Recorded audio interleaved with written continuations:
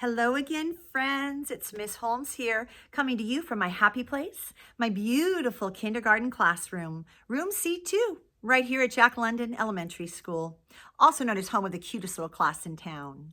Now, before I read another December holiday book for you today, I'd like to remind you I still need your help, friends.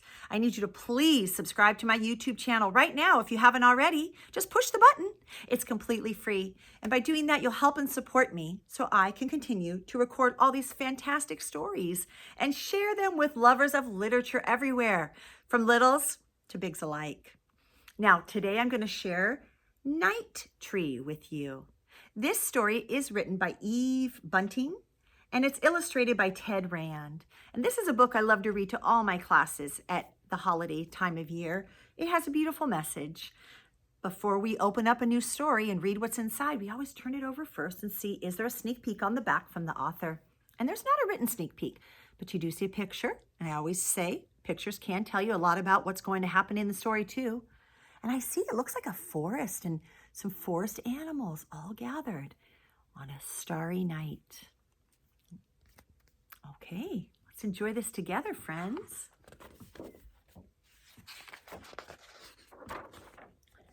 Night Tree by Eve Bunting and illustrated by Ted Rand.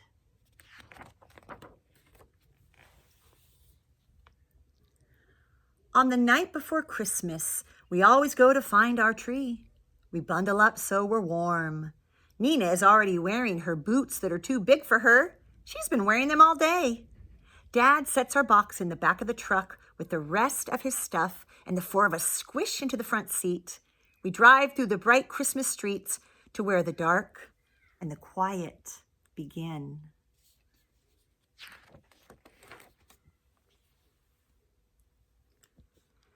Nina is almost asleep in Mom's lap when we stop.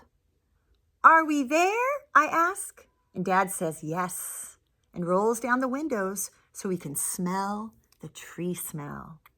We scramble out. There are oaks growing here and alder and maples that are bare now and white in the moonshine. The pines and the spruces and the firs are all green. This is called Luke's Forest, but Dad says it's not really a forest, just a nice, forgotten place where our town ends. Dad goes first on the path between the trees, carrying our box and the big red lantern. Mom and Nina go next, holding hands. I come last with the blanket.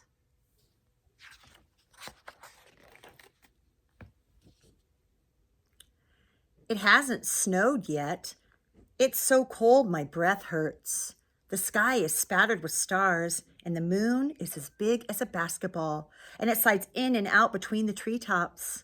Dad's lantern sweeps ahead. "Look," he whispers. We stop. A deer is watching us. I see the brightness of its eyes, and then it turns and it's gone. "Here's our tree," Dad says. "It has been our tree forever and ever. We walk around it, touching it. It's grown since last year," I say. And Mom puts her hand on my shoulder. "So have you." "So have I," Nina says. Nina hates to be left out.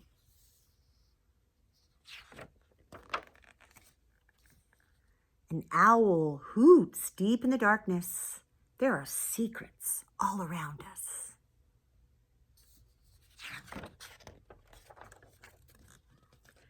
"Can I put the popcorn chain on?" Nina asks. She hops up and down and right out of one of her boots. Mom helps her get it back on.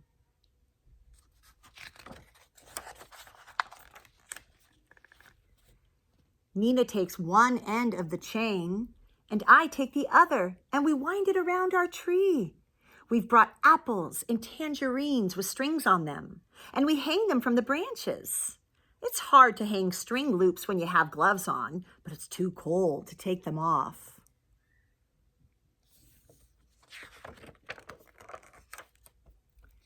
For weeks, we've been making balls of sunflower seeds and pressed millet and honey. We hang those too. We scatter shelled nuts and breadcrumbs and pieces of apple underneath for the little creatures who can't climb very well. Our tree looks so pretty. Sure does. Wow. And all the decorations are edible, food for all the little creatures of the forest. Mom says I should spread the blanket so we can sit on it and admire our tree. She's brought a thermos of hot chocolate, and I take off my gloves and toast my hands around my warm cup. Dad turns off the lantern, and we stay quiet, hoping some of the little animals will come while we're here, hoping the deer will come back, but it doesn't. It's shy, Dad says. I'm shy too, Nina tells him. Before we leave, she and I get to choose a Christmas carol to sing. I choose, "O Come All Ye Faithful." Nina chooses, "Old MacDonald Had a Farm." That's not a Christmas song, silly, I tell her. But Mom says it's fine, and it's a very nice song too. We sing fast because there's a lot of verses, and it's getting colder.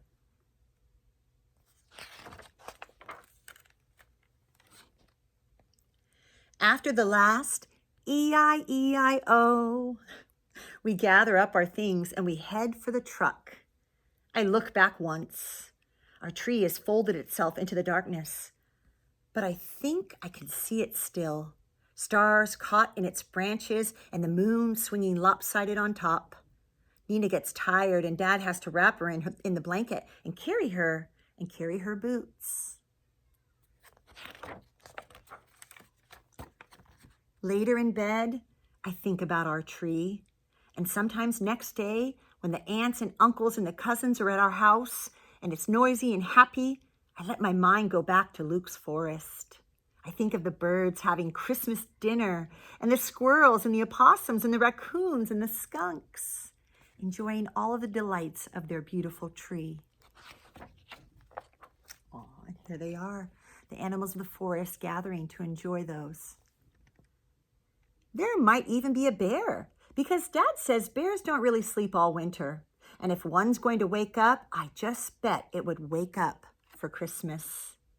Maybe a fox has come, stepping high on its thin, sharp paws, and they're all there together, singing their own Christmas songs on Christmas Day around our tree. What a beautiful family tradition, and what a beautiful holiday story. Thank you for sharing that with me, friends.